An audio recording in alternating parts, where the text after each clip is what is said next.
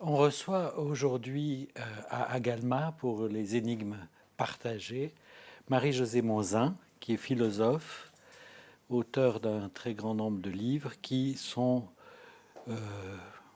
toujours centrés en particulier sur la question de l'image. L'image, le visible, le représentable, l'irreprésentable, le vide au cœur de la représentation.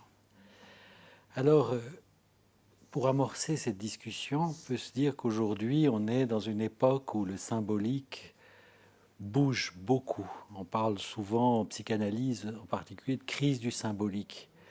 Les repères changent, les repères de la différence des sexes, je sais que vous travaillez sur cette question, les repères aussi de la différence de génération, des procréations, de la fin de vie, de l'origine, tout est en train de bouger. Qu'est-ce que devient l'image dans ce mouvement ? Merci de me recevoir. Alors, que devient l'image dans ce mouvement ? D'abord, elle n'a jamais cessé d'accompagner tous les mouvements. Elle a toujours été là. Elle semble, à travers toutes les pratiques visuelles, audiovisuelles, plastiques, cinématographiques, être de plus en plus présente, prégnante, envahissante. Et par ailleurs, oui, vous avez parlé de cette crise du symbolique. D'une certaine façon, je ne souscrirais pas à cette formule parce que ce qui me paraît intéressant dans la vie des humains, c'est de maintenir l'état de crise. Et que si le symbolique était en crise, ce serait quasiment bon signe. C'est-à-dire qu'il y a une situation critique, situation de mobilisation critique, et que les opérations symboliques sont nécessairement toujours dans un mouvement critique, dans une mobilisation contradictoire, dans un déplacement. Alors ce qui me paraît plutôt caractériser ce qu'on appelle aujourd'hui la crise, c'est pas tant qu'elle soit dans le symbolique, c'est un assoupissement, un émoussement et un assoupissement de tout état de crise. On ne parle plus que de crise financière ou de crise économique, sans se rendre compte que cette prépondérance du marché sous forme de crise financière ou de prospérité financière, en tous les cas de ce néolibéralisme conquérant, quelque chose de la pensée critique, de sa mobilisation, des contradictions qui l'ont fait vivre et avancer, est au contraire en plein assoupissement. S'il y a une crise, c'est au sens où tout est fait pour diminuer la dimension critique et la dimension de crise qu'exigent les avancées de la pensée et entre autres le déploiement symbolique. Alors qu'est-ce que c'est qu'un déploiement symbolique ? C'est tout ce qui donne sa place, sa fécondité et donc sa dimension d'espoir au fait que nous soyons des sujets de la parole tout en étant des sujets désirants. Bon. Un sujet désirant n'est pas toujours un sujet de la parole, mais chez les humains, ce qui met la question du symbolique dans une situation critique, c'est cette confrontation du désir aux exigences de la parole demandant à la fois un effort de création et un renoncement aux satisfactions immédiates, aux fantasmes et à la souveraineté du désir.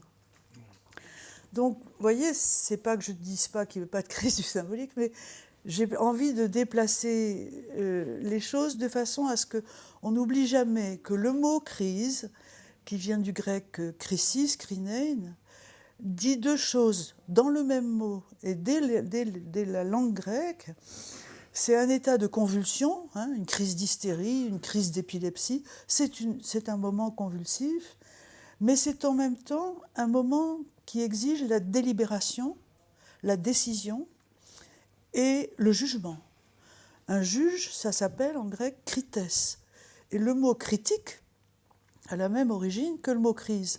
Donc on doit bien entendre dans le mot crise cette double implication qui est celle de l'inquiétude que provoque toute convulsion, tout état de fièvre et donc de menace pour la vie, de convulsion, mais en même temps cet appel, cet état d'alerte qui exige du sujet en crise que quelque chose de l'ordre de sa pensée, de sa décision et de la reprise en main de son destin est requis. Donc parler de crise du symbolique, ça consiste précisément dans le moment qui est le nôtre, de se demander si les conditions sont réunies pour que nous soyons requis et mobilisés à la fois au cœur de notre souffrance et des convulsions auxquelles nous sommes soumis, si nous sommes sollicités et requis pour faire agir notre pensée. Alors vous me demandiez quoi de l'image au milieu de tout ça ? Bien, l'image, elle est sur tous les fronts. Elle est à la fois du côté du marché qui fait dire à tout un chacun dans une vulgate généralisée que nous sommes dans une société de l'image, une culture de l'image, un flux d'images, un trop d'images. Bon, qu'il y a une sorte de surproduction visuelle et audiovisuelle qui sature le regard, sature la vision, et donc fait de l'image l'objet d'un marché sans frein, sans réserve, et à la portée de tous. D'un autre côté, l'image, et en tant que psychanalyste, vous le savez bien, les fonctions imageantes, les opérations imageantes sont très constituantes du désir du sujet et de son accès à la parole. Donc, la question est la suivante, c'est dans un état de surproduction iconique ou visuelle, que devient la vitalité critique et constituante des opérations imageantes qui sont pour tout sujet du désir et de la parole la condition de possibilité de la mobilisation de sa sensibilité sur des objets de pensée. Parce qu'au fond, qu'est-ce que c'est qu'une image ? C'est un site sur lequel les passions, le pathos, la sensibilité, l'émotion est sollicité depuis le site de la pensée et de la parole. C'est-à-dire les images sont là pour nous faire parler et pas pour nous faire taire. Donc voilà où sont les difficultés, en tous les cas, ce qui nous met en souci les uns avec les autres et nous demande de converser, comme on va le faire là, pour savoir quelles sont les mesures à prendre, les opérations à préserver pour que, au cœur de ce qu'on nous décrit comme une crise et qui a ses solutions, nous soyons capables de maintenir une dimension critique dont l'image est une partenaire essentielle. Je trouve ça évidemment une analyse très, très, très claire et très lucide que je me permettrai de reprendre du côté, d'une part, je ne vais pas dire des neurosciences, mais en tout cas de notre travail, et qui est, vous avez parlé de pathos, vous avez parlé d'émotions. Nous, on aime bien parler d'état somatique, c'est-à-dire c'est le vivant, l'excès du vivant, ce S dans nos travaux somatiques, S, dont on postule qu'il se doit d'être tamponné, calmé par R, une représentation. Alors on peut dire que ça peut être une image, ça peut être quelque chose qui est produit par le sujet, par la parole, par exemple, mais aussi, et c'est peut-être là où il y a un moment de crise, justement, mais c'est que par cet excès d'image, cet excès d'image prête à porter qui est fourni, finalement, peut-être le sujet a moins l'opportunité de faire cet exercice, si je puis dire, de tamponner son S avec des R qu'il produit lui-même. C'est du prêt-à-porter qui est fourni et qui est peut-être pas si apaisant que ça. Au contraire, c'est quelque chose qui passe un peu à côté. Et je me demande si là, il n'y a pas... alors, j'étais peut-être un peu vite au cœur de la question que nous avançons depuis, en tout cas, déjà depuis nos travaux, les énigmes notamment les énigmes du plaisir. Mais enfin, cette importance de la représentation pour prendre en charge, pour tamponner cet excès du vivant, ce pathos, ce que nous appelons les états somatiques. Et pour ça, il faut des représentations, il faut des images, il faut du symbolique. Et peut-être l'accélération, le temps qui s'accélère, la quantité d'images, tout ça fait que peut-être le sujet que vous dites justement désirant n'a pas le temps d'exprimer son désir, il prend du prêt-à-porter et en fait ça passe un peu à côté. Je pose la question d'une différence entre l'image prêt-à-porter et l'image créée ou recréée. Et finalement, l'acte Désirant, créateur. créateur, est-ce qu'il y a des images, enfin c'est deux statuts différents de l'image? Oui, pourquoi garder prêt-à-porter? On a prêt-à-penser. Oui, Le prêt-à-penser qui est ce qu'on appelle aussi le formatage du regard, le formatage des objets du désir, le formatage des satisfactions, la massification des propositions qui, comme toujours, on rassemble toujours au niveau le plus bas.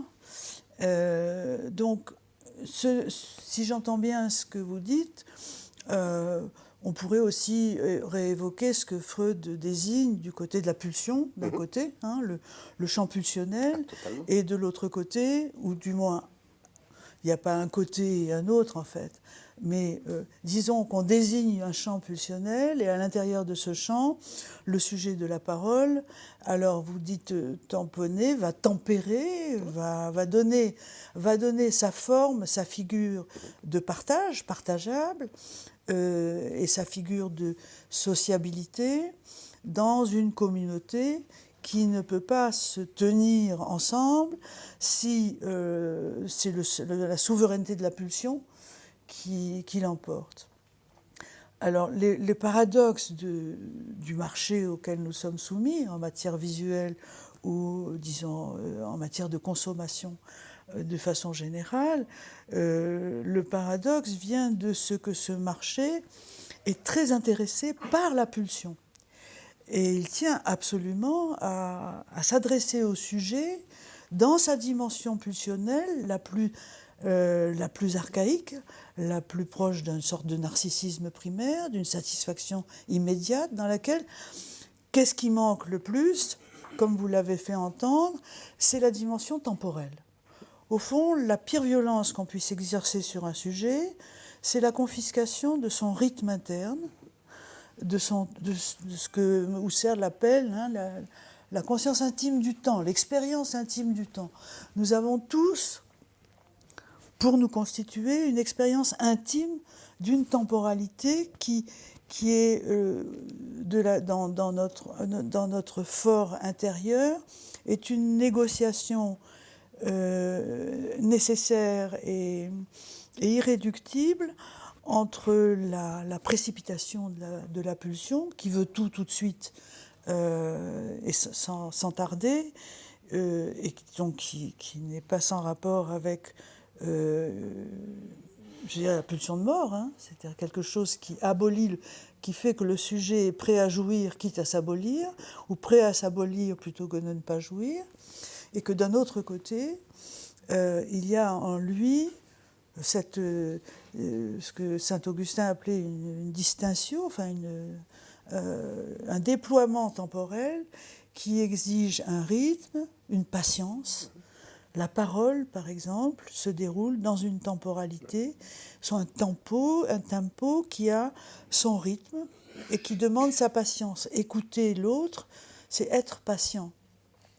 Donc cette question, d'ailleurs le mot patient étant revenu dans l'expérience psychanalytique pour pas seulement dire qu'il y a quelqu'un qui a pâti, qui est dans la souffrance, mais quelqu'un qui entre dans la patience, c'est-à-dire qui entre dans l'expérience d'un temps partagé, dans une distension temporelle à laquelle il va falloir trouver son tempo optimum, et surtout protéger le sujet de la précipitation pulsionnelle où l'engouffre son désir et où la société de consommation l'attend, hein, du fait des propositions immédiate. C'est ce qu'on a appelé, de nouveau, pour revenir dans les énigmes du plaisir. En fait, je ramène un peu à nos travaux, parce que c'est un peu le but d'accord. de Bien sûr. de ce type d'exercice que quels nous sont- faisons, oui.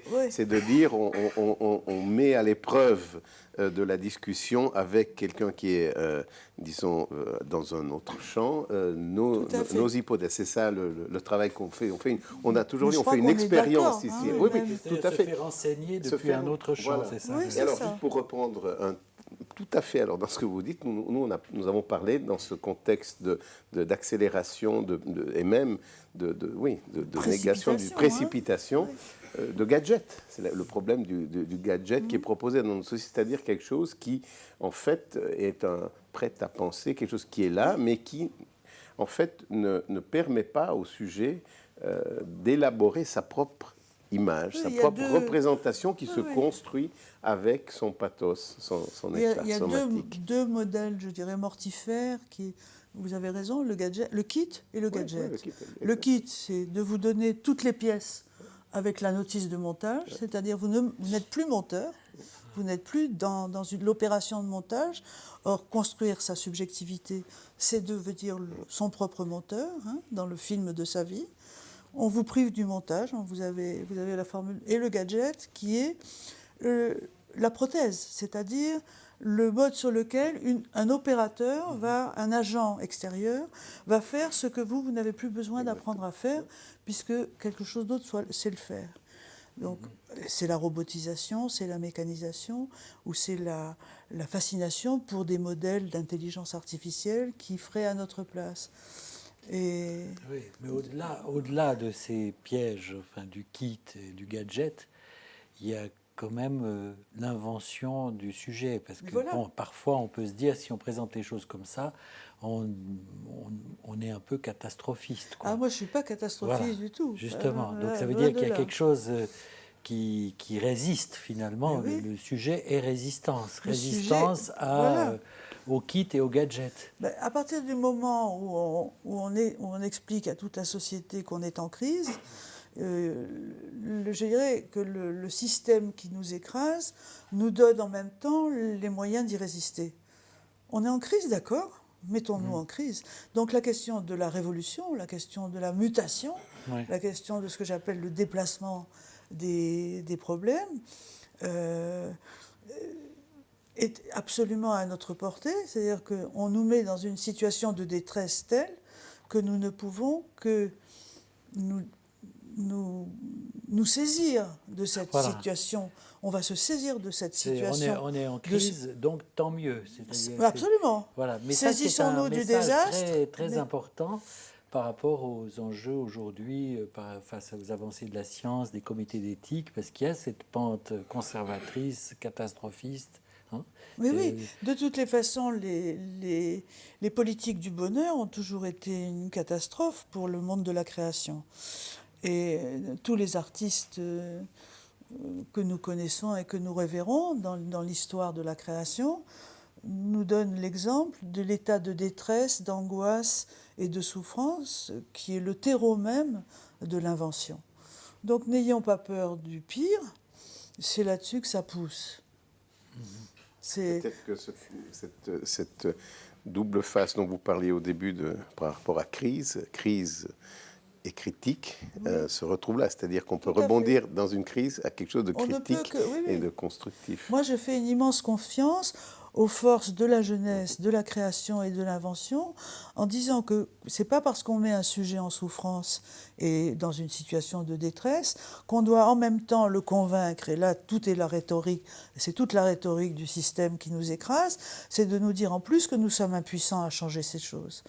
Nous sommes totalement puissants à changer ces choses. Mais là, il y a une théorie d'une question qui fait partie aussi d'Agalma, art et science. Hein, parce que d'un côté, la science aujourd'hui produit un monde fabriqué, un monde nouveau, un monde différent, où la science elle-même, où la culture ne sait pas ce que c'est. D'où l'appel au comité d'éthique. En général, c'est ça. On a produit quelque chose, on peut conserver des zygotes, sauter des générations, faire des procréations homosexuelles, on ne sait pas quel est le rapport de la mère porteuse à l'enfant qu'elle engendre. Enfin, il y a toutes sortes de situations où des techniques rendent possible quelque chose dont on ne sait pas ce que c'est et qui rend perplexe et angoissé. Finalement, un comité d'éthique, c'est un lieu qui reçoit les questions issues de l'angoisse contemporaine. Alors, de dire, il y a une mobilité, il y a une appropriation possible, il y a de la nouveauté réinventée, c'est un message Tout à fait. différent que Le- d'être catastrophiste. Moi, Et si je oui, oui, oui. complète en disant, finalement, dans votre théorie, votre positionnement, votre position critique Oui. face à la crise, il y a un appel aux artistes. C'est non seulement un appel au monde de la création et aux artistes, mais un appel au monde scientifique pour leur disons, leur faire prendre conscience que ce qui les aliène le plus, c'est d'être associés intimement à des flux financiers et à des situations économiques et financières qui les empêchent de pratiquer leur science comme un art, c'est-à-dire de considérer que toutes ces avancées scientifiques sont le signe d'une vitalité épistémologique, technique, magnifique, et que ce qui est important, c'est de voir quelle est l'articulation de cette vitalité avec le bien commun, la vie politique, comment associer toute la société à ces mutations des curseurs parlant des valeurs. Nietzsche a été un moment très important dans l'histoire de la philosophie pour dire que finalement, quand la pensée avance, elle est obligée de renverser des valeurs, de déplacer des valeurs et de jouer même avec les paradoxes de la non-valeur pour se réapproprier une puissance de pensée et éventuellement une puissance politique. Donc je crois que ce qui importe, c'est de donner sa dimension politique aux avancées de la science, c'est-à-dire de ne pas de considérer que tous ces lieux d'invention, de proposition qui déplacent totalement les curseurs de la valeur, font appel aux forces de la création et que c'est dans un lien avec le monde de l'art, de la création, de l'invention que l'on pourra retrouver la vitalité symbolique et la sociabilité possible, ou la création sociale rendue possible, quoique différente, avec ces nouvelles avancées. Considérer que les problèmes de la procréation nous font découvrir que finalement toute procréation relève d'une création et pas seulement d'un processus naturel, mais moi je trouve ça formidable. Hein ? C'est ça, ça convoque la question de la création. Voilà, pas de procréation qui ne soit une création. Ouais, C'est-à-dire qu'on n'attend pas de la nature uniquement des gamètes et des spermatozoïdes, la différence des sexes, etc. On peut redistribuer autrement la question de la procréation à condition de toujours mettre au centre l'initiative créative et l'invention de nouvelles relations. Peut-être là, vraiment, alors c'est un angle du côté du praticien de la science, vu que j'ai un laboratoire et on travaille pour essayer de faire avancer un peu les connaissances sur le fonctionnement du cerveau. Ce que vous dites est juste et c'est quand même le scientifique. Alors vous parlez de flux financiers, je sais pas si c'est ça, mais c'est plutôt le contexte dans lequel la science est pratiquée aujourd'hui, dans lesquels finalement il y a un risque réel d'aliénation du scientifique par rapport à la créativité, parce que il y a tout un côté qui échappe à ceux qui ne pratiquent pas la science, c'est-à-dire qu'il y a beaucoup de temps qui est passé pour écrire des demandes de fonds, pour écrire les rapports sur ces résultats, pour publier dans des journaux qui, malgré tout, n'aiment pas trop vraiment la nouveauté. Il faut être quand même un peu... Il y a une certaine de convention... les scientifiques sont assez conventionnels quelque part. Il y a des modes, il y a des... Alors, on peut très bien s'en sortir, mais je dirais que le contexte dans lequel se pratique la science, et je ne sais pas comment c'était il y a 50 ou 100 ans, peut-être il y avait plus de marge. Quand je pense à à des neurobiologistes comme Cahal ou Golgi qui travaillaient, qui regardaient les neurones dans leur microscope dans une cuisine ou dans un tout petit laboratoire, et ils ont quand même fait des grandes découvertes. Alors, bien sûr qu'aujourd'hui, on a besoin de big science, comme on dit, on a besoin de beaucoup de fonds, etc. Mais le revers de la médaille, c'est que c'est aliénant, malgré tout. On a vraiment le nez dans le guidon, pour parler. Oui, mais moi j'ai vu l'évolution d'une institution dans laquelle j'ai travaillé pendant 30 ans, qui est le CNRS. J'ai regardé ce qui s'est passé du côté des neurosciences et de la recherche en biologie.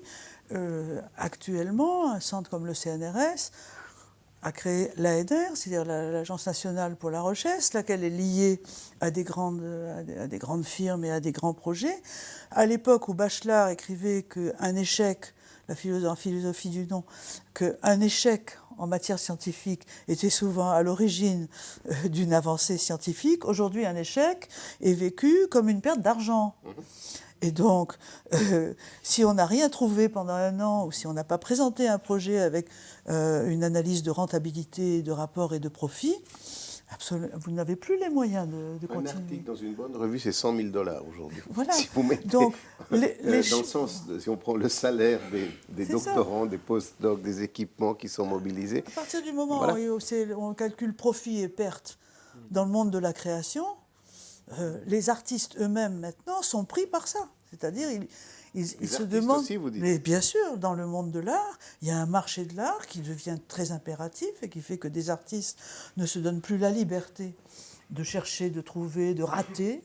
Voilà. Si on avait empêché Cézanne de rater, on n'aurait pas l'œuvre de Cézanne. Si on avait empêché Van Gogh de rater, on n'aurait pas l'œuvre de Van Gogh. Là, les gens ont très peur de rater parce que si ça. Mais qu'est-ce que c'est raté?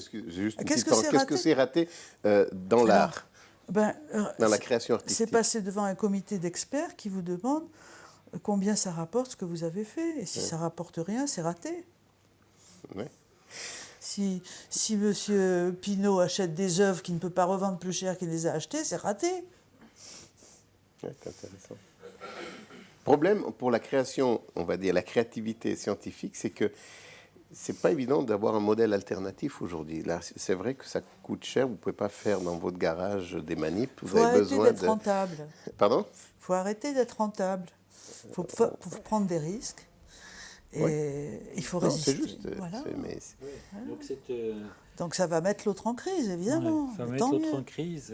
Voilà, il faut mettre, au fond, les paramètres, c'est crise, critique et créativité. Parce Absolument. Que, finalement, c'est ça où le symbolique se déplace, se métamorphose, se transforme. Au fond, il n'est pas là où on le voit.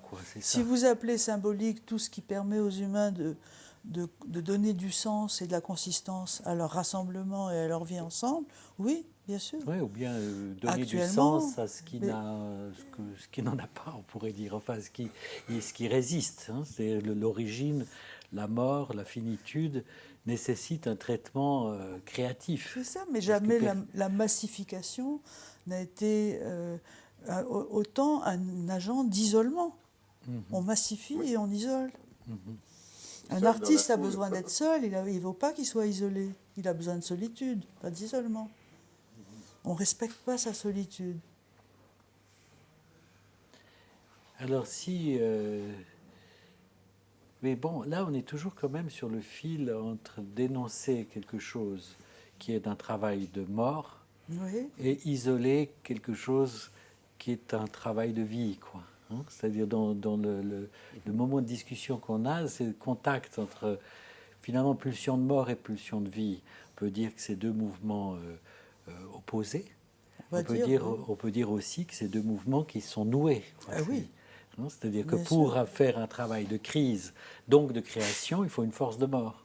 Bien sûr. Il y aurait une mort, si je peux me permettre, on pourrait dire il y a une mort de vie, disons, et une mort de mort. Quoi. Voilà, c'est-à-dire que s'il y a pas si l'expérience de l'angoisse est expulsée pour devenir uniquement une affaire de trouille et de peur au quotidien, on passe à côté du ferment fondamental de la création, parce qu'il n'y a que l'angoisse qui donne envie d'en sortir et d'inventer une issue. Voilà, mais si on se met comme la psychanalyse avec Freud, lui mettait d'un côté la détresse et de l'autre côté l'illusion, l'avenir d'une illusion par rapport au traitement de la détresse.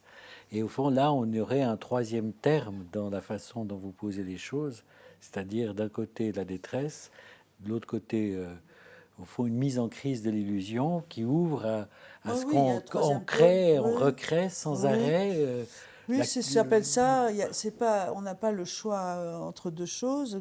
La troisième, c'est la fiction constituante, ce que j'appelle une fiction constituante. Il faut inventer quelque chose qui nous constitue, à la fois comme sujet et Comme comme disait l'autre et comme l'autre d'un autre. Voilà, Valérie disait, qu'est-ce que vous faites aujourd'hui? Je m'invente. Oui. Oh, il était vaniteux.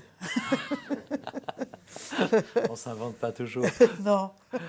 Mais enfin, ça implique d'avoir une vision du symbolique plastique, pour prendre un autre terme qui nous occupe Ah ben dans oui, les énigmes partagées. bien C'est-à-dire sûr. une plasticité. Oui, plasticité. Oui. Hein? Oui, bien sûr.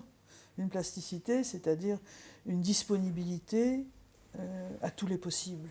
Hein. Voilà, une C'est disponibilité à tous une les possibles. hospitalité Ouais. à tout. La question de la plasticité, elle est double. Elle est l'hospitalité à tout autre sans condition. Et Dieu sait qu'aujourd'hui, c'est un très gros problème. L'hospitalité sans condition à tout autre, d'où qu'il vienne et quel qu'il soit. Et la plasticité, c'est-à-dire la capacité transformatrice et créatrice de la pensée elle-même, qui, évidemment, doit résister à tout ce que vous appelez les gadgets, le formatage, le kit, le prêt-à-penser, tout ce qui nous prive et confisque les énergies de mobilisation et cet état de crise si riche. Alors vous dites, nous sommes sur le fil, restons-en. De toutes les façons, il n'y a pas d'autre issue pour un penseur que d'être funambule. Mais pour opérer cette construction, cette invention, cette créativité, vraiment plus on en discute, plus c'est vraiment une question d'avoir le temps, donner le temps au temps de construire. Absolument. Et là, il y a quand même, de nouveau, c'est pas pour faire du catastrophisme, mais on voit qu'on a de moins en moins de temps. C'est une réalité, qu'on le veuille ou non. Donc il faut être capable, dans ce monde accéléré. On nous précipite. Oui. Hein, le mot précipiter veut dire tomber la tête la première. Et le fait que la tête soit première dans la précipitation, c'est important. On commence par perdre la tête. Mais qu'est-ce qui nous empêche de prendre le temps? Nous sommes en train de prendre du temps. La plupart d'entre vous, dans un laboratoire ou dans une relation d'analyse, ne peut connaître que la patience et le temps. Ouais.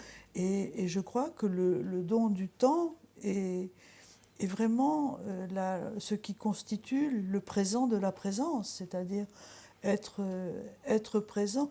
Il y a une belle richesse du français avec le mot présent qui à la fois qualifie la dimension présente du temps et est en même temps le synonyme du cadeau, du don que l'on fait. Hein.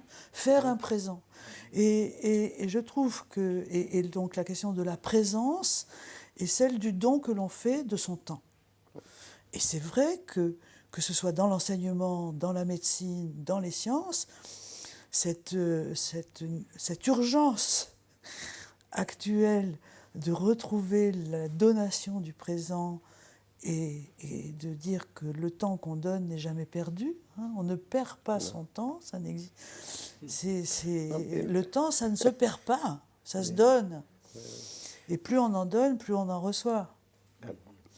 Certainement. Donc c'est un don et un contre-don. Hein, et pour soi-même, enfin, ça me fait de nouveau, ce qui me fait penser à justement accélération non seulement, mais surcharge d'informations et d'input. Notre cerveau est en permanence en ligne. C'est quelque chose qu'on a souvent évoqué ici. Cette idée d'un cerveau online qui est stimulé par regarder la télévision aujourd'hui. Non seulement il y a l'image, souvent il y en a même deux. En plus, il y a un curseur avec du texte. Enfin, et puis peut-être éventuellement, vous avez encore un iPod en écoutant de la musique. Enfin, notre cerveau est online. Il n'a plus le temps d'être offline, c'est-à-dire de penser à rien. Et il y a en fait dans ce penser à rien ça a été mis en évidence au cours de ces 10 dernières années, c'est ce qu'on appelle le default mode, le mode de fonctionnement par défaut du cerveau, c'est-à-dire que quand il n'est pas branché sur une modalité particulière, sensorielle, motrice ou autre, c'est-à-dire que, et quand on fait de l'imagerie cérébrale, soit en stimulation, soit justement quand on demande au sujet de penser à rien, eh bien dans cette situation où on ne pense à rien, c'est d'autres circuits qui sont actifs. Et probablement, ces circuits qui sont impliqués dans le penser à rien, donc on, soi-disant, perdrait du temps, en fait, sont probablement très sont ceux importants. de tous les pour, possibles. Voilà. Donc, comme j'aime bien dire, je le dis souvent, on fait peut-être les choses les plus intelligentes quand on pense à rien. Oui, oui. C'est ce qu'on fait en ce moment. Le Spinoza a écrit cette belle formule qui avait beaucoup inspiré Deleuze. Nous pensons, nous sentons, nous expérimentons que nous sommes éternels. C'est magnifique. Non pas immortels, on sait tous qu'on va mourir. Ça serait stupide. Mais le fait que nous soyons éternels, c'est-à-dire que nous soyons en mesure d'entretenir avec le présent, la présence du présent, une éternité. Et que cette capacité, ce rapport à l'éternité, c'est ce dont on nous prive essentiellement en confisquant le temps sous la forme des flux, des précipitations et des accélérations. Et confisquer aussi la mort dans une certaine mesure. Mais Parce oui. que dans ce mouvement-là, c'est la finitude qui est confisquée. Il y a Absolument. un poète, Oui. Philippe Jacotet, je Ouais. crois qu'il dit quelque chose comme « rester éternellement mortel ». Voilà. C'est un joli Bien paradoxe. sûr. Oui, mais c'est exactement, oui. C'est très spinoziste. Oui. C'est la mort qui porte la vie, quoi. Oui. Mais alors bon, si on reprend cette question du symbolique, des artistes, de l'invention par rapport à la crise, c'est une attente, c'est un espoir, c'est un pari, enfin, c'est-à-dire de situer, parce qu'on pourrait se dire la science dans le monde contemporain bute sur des impossibles qui sont reportés même violemment à la société à travers des commissions parlementaires, des comités d'éthique, des décisions, des législations, n'est-ce pas? Et alors de dire on va miser sur le fait du déplacement symbolique produit dans la culture même, hein, en disant il va y avoir des réponses. Par exemple, les réponses des artistes. Oui. C'est un Entre dispositif, autres, des poètes, des artistes, voilà, des cinéastes, des créateurs. Oui, et puis de tous ceux qui, même dans ces laboratoires les plus pointus, donnent du temps au temps et ont un rapport libre à leur propre... n'ont pas peur de se tromper, n'ont pas peur de rater, voilà, entretiennent avec leur propre temporalité interne un rapport de liberté, une insolence. Donc tout ça, ça demande pas seulement de l'espoir, ça j'en ai, mais du courage. Moi, je pense que être capable de revitaliser l'angoisse en chacun d'entre nous, de façon à ce qu'en toute situation d'invention, on affronte cette épreuve-là, ça demande du courage. Et le découragement est une des vertus les plus cultivées par le néolibéralisme. On peut rien, on peut plus rien, on n'y peut rien, c'est inévitable, on va à la catastrophe. Oui. Pas du tout. Voilà, une culture du découragement. Ah oui, oui, oui. Ouais. Ça s'appelle même plus une culture. Ouais. Ouais, c'est une litanie.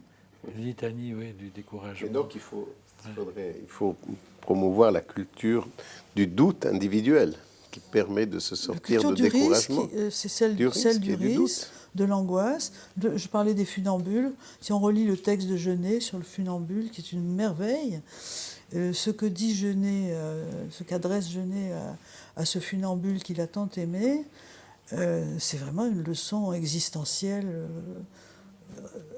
fondamentale. Hein, c'est qu'on ne peut à chaque instant que travailler d'une façon dangereuse sur le fil d'un rasoir, sur un seuil où la menace de la mort est présente et en même temps le triomphe de l'équilibre, un moment de jubilation continuelle. C'est-à-dire, quand je parle de l'angoisse, c'est aussi avec un appel à la jubilation. Ça ne jubile plus du tout. je trouve. Hein, vous avez une époque dans l'histoire où vous pensez qu'on s'est approché de ce dont vous parlez? Oui, moi, bien sûr qu'on peut imaginer qu'il y a eu des moments où je dirais le voisinage de la pensée politique avec le monde de la création était plus favorable, plus favorisé. Oui, vraisemblablement, mais je pense que au moins que la Renaissance reste pour nous, par exemple, un exemple, mais pour ce qui est de l'Europe, mais il y a énormément d'autres cultures dans lesquelles on nous raconte que les rapports qu'ont eus de certains empereurs de Chine avec les poètes et avec les peintres montrent que l'on est capable à la fois de penser le collectif et le créatif. Bref, les sociétés qui vivent aussi toujours contemporaines, pourtant des nôtres, qui vivent toujours dans le voisinage des grands mythes, des grandes fables, des grands récits. Je pense des sociétés auxquelles on peut s'intéresser encore en ethnologie, en ethnographie, en Afrique, en Amazonie. On va rencontrer des sociétés qui n'ont pas encore été atteintes par les virus qui nous troublent et qui nous atteignent. On se rend compte que l'activité, que ce qui est le bien commun est inséparable de ceux qui créent de la guérison, qui créent de l'invention, qui créent des formes, qui créent des figures, qui créent des outils, qui créent des institutions. C'est-à-dire qu'il y a une véritable fécondité de la pensée humaine et on sent bien que du côté... Moi, je suis très sensible aux travaux que font aujourd'hui les ethnologues, les anthropologues auprès des sociétés, les plus menacées aujourd'hui. Hein. J'ai travaillé particulièrement sur l'Amazonie, mais ce n'est pas les seuls. Il y a en Afrique, il y a dans les pays, dans les zones polaires, des gens qui sont à la fois menacés, mais qui continuent à donner l'exemple de ce que peut être la vie d'un groupe partageant des fictions constituantes, voilà, qui répondent à des questions que nous nous posons, et eux, tout d'un coup... Des fictions constituantes qui sont Alors donc ça peut être à travers des mythes, des récits, voilà, c'est aussi des rituels. Des inventions constituantes, oui, parce oui. que c'est pas que la conservation de ce qui était. Ah, pas du tout. C'est au fond l'invention, la plasticité, absolument. l'invention, oui, qui fait tout que à fait, tout que est... face à une situation, Voilà. Inattendue et tout à fait bouleversante, tout d'un coup ils sont capables de fabriquer de la réponse, de rationaliser, de reconstituer l'harmonie d'un groupe et la sociabilité. Voilà. Donc, donc on peut se dire que l'invention constituante, elle est peut-être aussi possible dans la crise actuelle. Oui, bien sûr, bien sûr. C'est à nous d'accueillir. C'est pour ça que je soutiens tellement les intermittents du spectacle, entre autres en France, d'accueillir dans le monde de la création tous ceux qui sont menacés dans leur force vive d'invention, de création, ceux qui ont du courage de rater, de créer, de proposer des choses, parce que le monde de la culture est la véritable cible de la domination économique et financière. Il ne s'y trompe pas. Il s'attaque toujours en premier aux artistes et à tous ceux qui sont dans cette fragilité si féconde. Crise, critique, créativité. Regardez l'extrême droite. L'extrême droite. La première chose que va faire une extrême droite quand elle prendra le pouvoir, c'est de s'attaquer aux livres, à l'art, à l'enseignement, à toutes les forces de la culture. Ça va être leur première cible. Et les gens ne s'en rendent même pas compte. En tout cas, merci beaucoup.